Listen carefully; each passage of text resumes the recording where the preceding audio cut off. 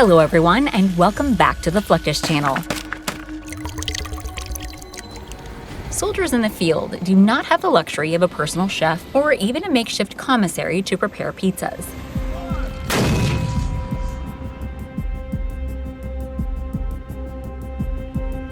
Since the early days of warfare, militaries worldwide knew how important it was to feed their men in the field. As large armies became divided into companies and wars tended towards trenches and small unit tactics, armies began issuing what are known as MREs, or meals ready to eat.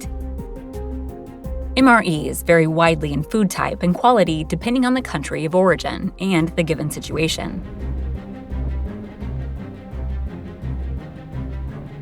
They are normally uniformly packaged for easy storage, transport, and distribution.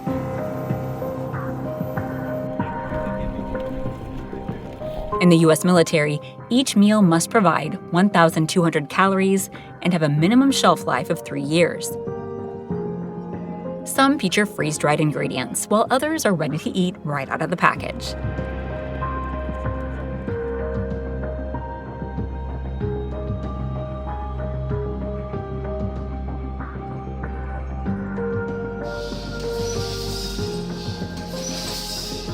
There are companies all around the world that specialize in creating and packaging the MREs used by today's military.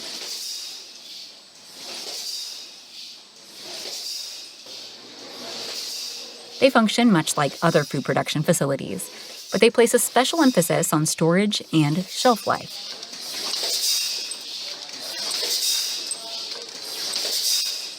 Indeed, these food items need to last years at a time, so they cannot carry perishable ingredients or be easily exposed to the air. Most of these food items are put into vacuum-sealed pouches that essentially eliminate the chances of contamination, while also minimizing the amount of space each MRE item takes up. Modern MREs even include flameless heating elements to warm up the food and make it more palatable.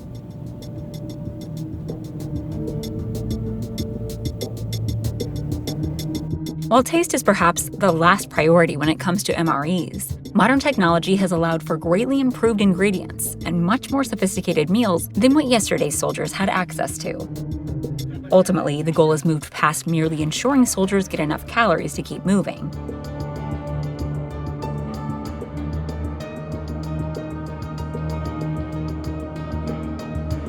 Today's militaries see mealtimes as a chance to improve unit morale, and they've made the investments necessary to accomplish that goal.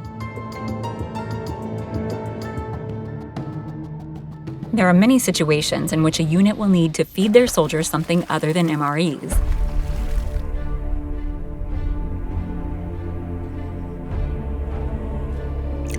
Indeed, these are typically reserved for situations in which there is no other access to food.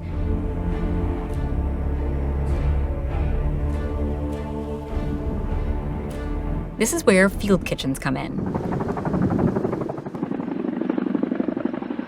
These are mobile kitchens or foot trucks that accompany troops during deployment. Their goal is to provide warm meals to large numbers of personnel while the Army rests. Field kitchens have advanced in many ways since their introduction in the late 1890s. Modern, modular kitchens are highly advanced, well-equipped, and can feed hundreds of men and women in a matter of hours. Over the past few years, U.S. military food specialists have even created a culinary competition based around these mobile food stations, with chefs battling to see who can create the most delicious and innovative meals in a given situation.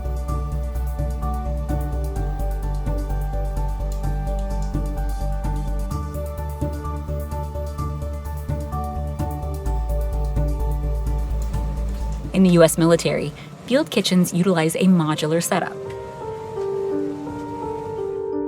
This can include a variety of tents, trucks, and other easily deployable units that allow for close collaboration between the different cooks and chefs assigned to the kitchen.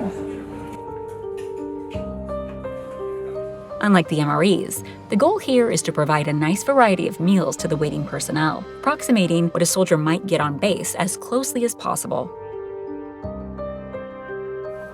In order to prepare 3 square meals a day, cooks need to get up very early to come up with menus, prep food, and set up the serving line. Breakfast, for instance, might consist of scrambled eggs, biscuits and gravy, and waffles, all made from scratch inside a trailer roughly the size of a small camper. These mobile units are ideal for various deployment situations, including disaster relief, peacekeeping missions, and long-term military operations.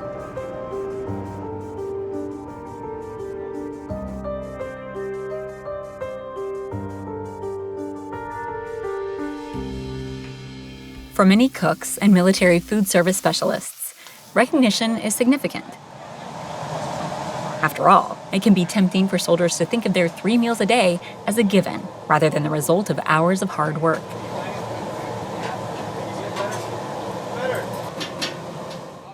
This is one of the many reasons behind the Field Mess Award competition.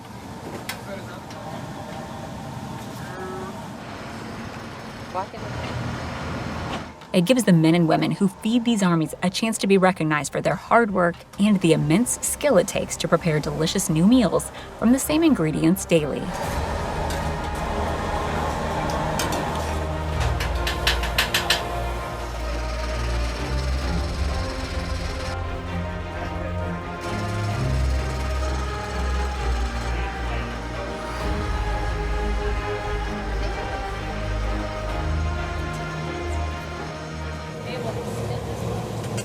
Healthy competition is a great way to ensure cooks get a chance to break up their monotony.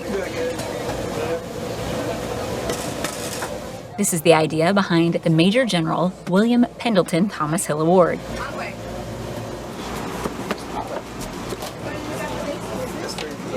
It features 3 units of East Coast Marines, competing to see who is the most proficient and efficient when it comes to preparing and serving food.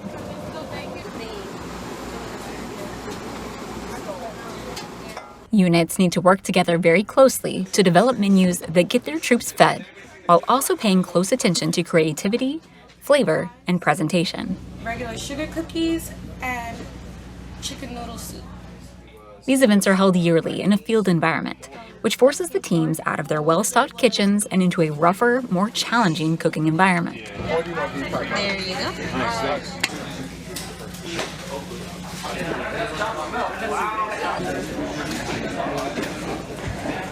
Any military food service professional will tell you that there is a big difference between preparing meals in the field and preparing them back at base. Modern military facilities, including those aboard aircraft carriers and other large ships, are incredibly well stocked and well equipped.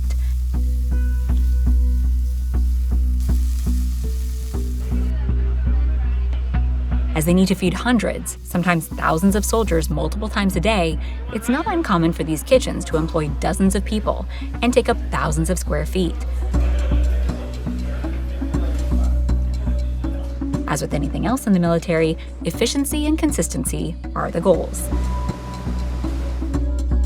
However, just like out in the field, these food service specialists take great pride in their ability to create unique, delicious meals that can break up the monotony sometimes associated with military service. Though they are warships first and foremost, U.S. naval aircraft carriers are essentially floating cities. The average Nimitz-class carrier, for instance, is nearly 1,100 feet long, weighing over 100,000 tons, and can house more than 5,000 crew members, pilots, and officers at any given time. And while trash, sanitation, and other issues require constant attention, no task is more vital to the ship's mission than feeding the thousands of men and women on board.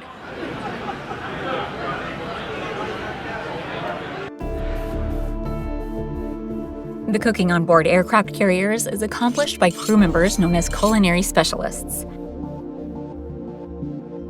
These men and women occupy galleys and mess decks, where they are tasked with prepping, serving, and cleaning up roughly 15,000 meals per day.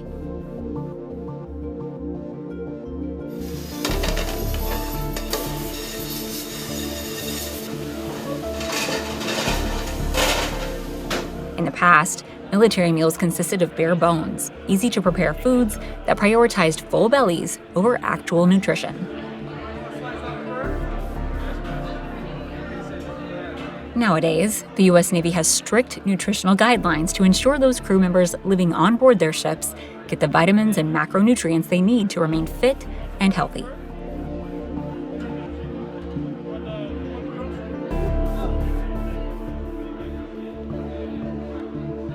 Culinary specialists take great pride in their jobs and are known to put a lot of work into the recipes they prepare for their fellow crew members.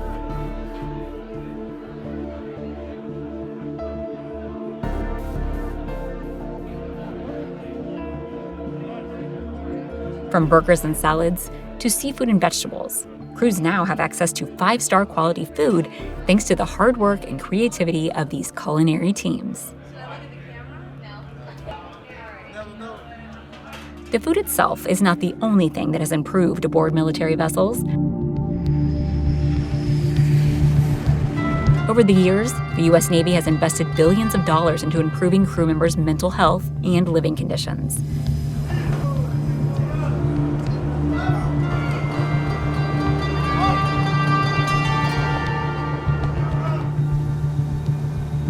One of the ways they make their sailors feel more at home, despite being in the middle of the ocean, is to place enormous focus on holidays, like Thanksgiving and Christmas.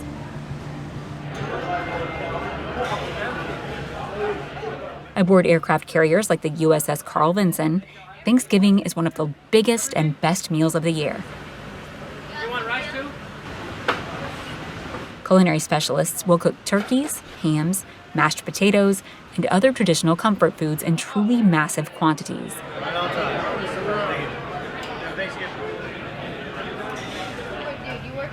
They may also add treats like ice cream and pie to the menu to enhance the experience even further.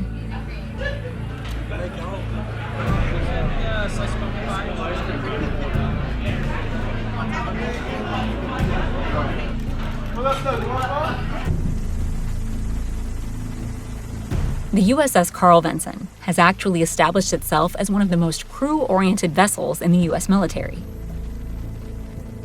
Aside from its yearly Thanksgiving feast, the Carl Vinson was the first American military vessel to get its own branded Starbucks coffee location. This state-of-the-art coffee shop allows sailors to enjoy a hot, cold, or flavored beverage at the beginning or end of their long workday. Despite being fully operated by military personnel, the shop is comparable to Starbucks locations on land, and even uses many of the exact same ingredients and coffee blends. The Navy even sent executives from the global coffee company to sample their Carl Vinson's beverages and ensure they lived up to the Starbucks name. Amenities like this are a great way to give crew members a taste of home, even when they are thousands of miles away. Best of all, Starbucks also agreed to have all the profits from the Carl Vinson location go back to the crew.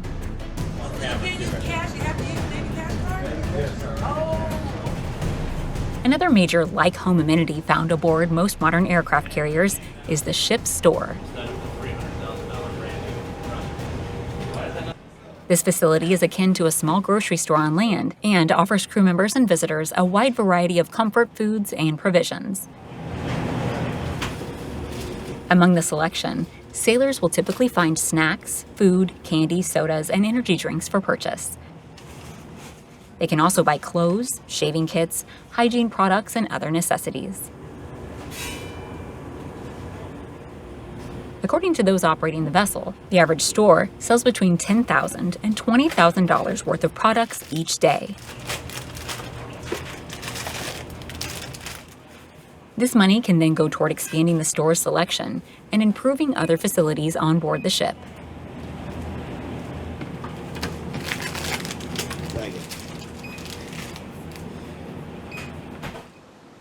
In the end, feeding the force is about far more than calories and rations. It represents a tradition of care, creativity, and camaraderie that stretches across battlefields, bases, and vast oceans. From the humble MRE to the elaborate meals prepared aboard aircraft carriers, food has become an essential part of sustaining morale and reminding service members of home.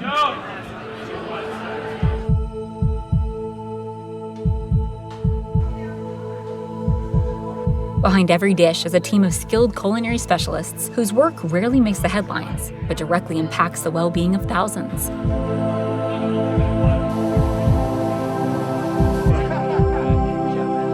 Whether in a desert tent, a mobile field kitchen, or a galley deep inside a warship, their dedication ensures that no matter where duty takes them, the taste of comfort and the spirit of home are never too far away.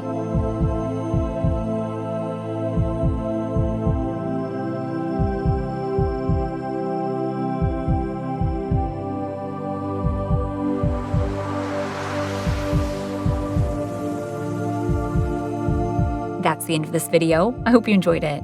Make sure to subscribe to this channel so you don't miss any of our new content. See you next time.